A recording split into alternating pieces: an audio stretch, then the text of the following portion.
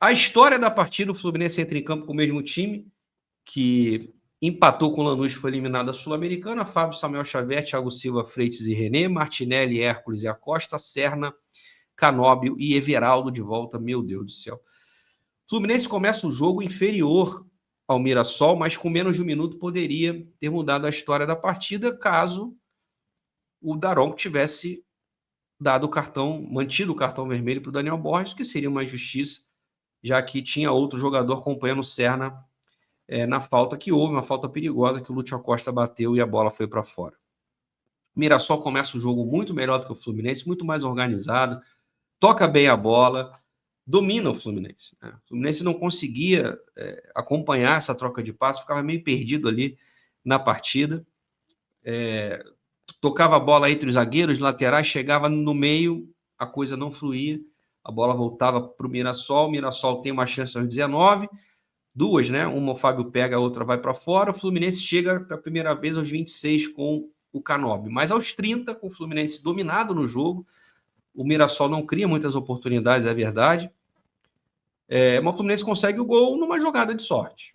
O lançamento bom do Lúcio Acosta para o Serna, ele leva para o meio, bate mal, o chute sai ruim, mas desvia e vai no cantinho direito do Walter, 1-0 para o Fluminense. O Fluminense melhora a partir do gol, porque o Mirassol se abre um pouco mais, a marcação do time do interior paulista estava bem encaixada. Depois do gol, eles oferecem mais espaços que o Fluminense, de certa forma, aproveita. Teve uma chance aos 39 do Everaldo, que dá um passo por elevação para o Canóbio, ele avança e chuta por cima.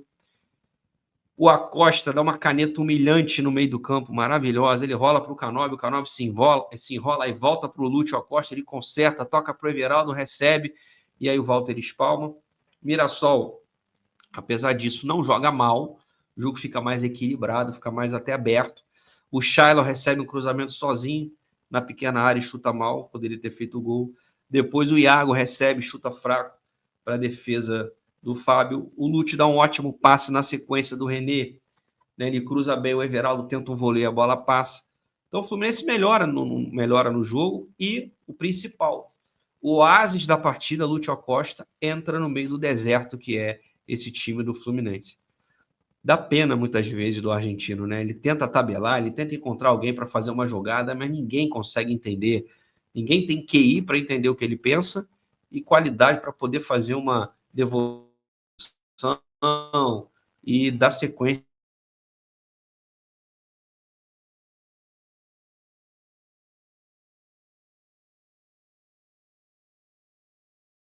Oportunidade. Se tivesse ido para o intervalo 1-1, não seria nenhum absurdo, né?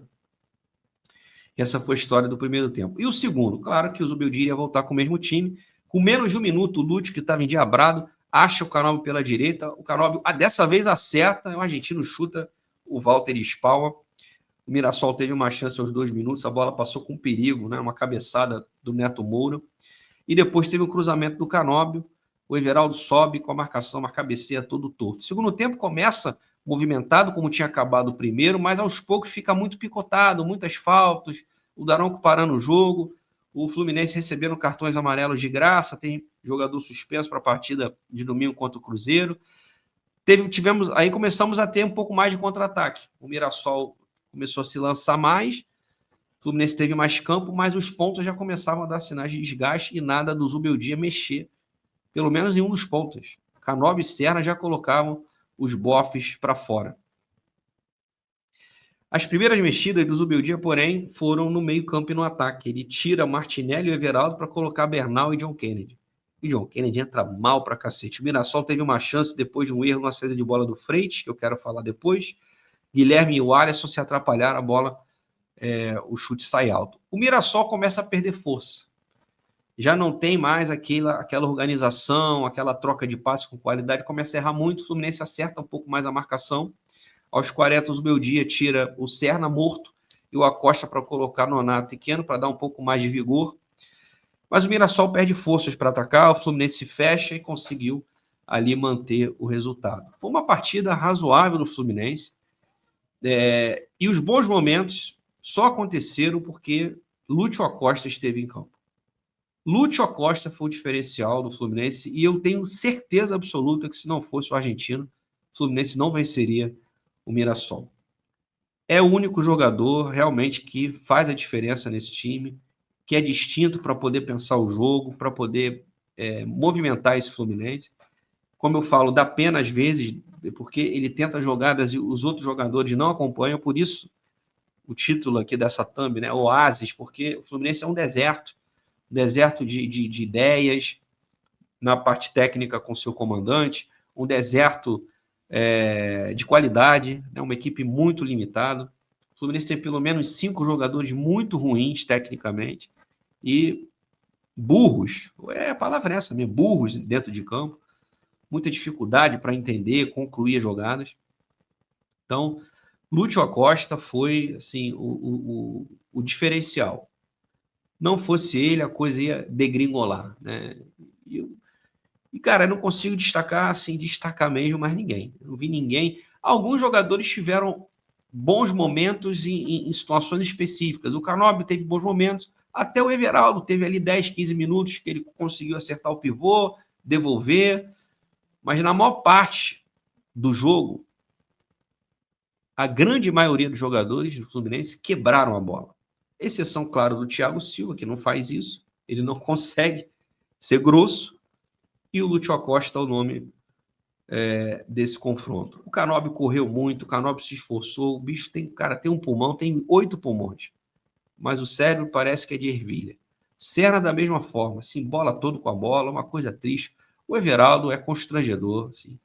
O Zubeldia pensar em voltar da chance para o Everaldo é de uma desconexão com a realidade. Esse rapaz não tem nenhuma valência, ele não deveria ser usado. É um jogador que deveria estar afastado do grupo por deficiência técnica e ele sai da terceira opção para o ataque para a primeira. Assim. A gente viu o que aconteceu.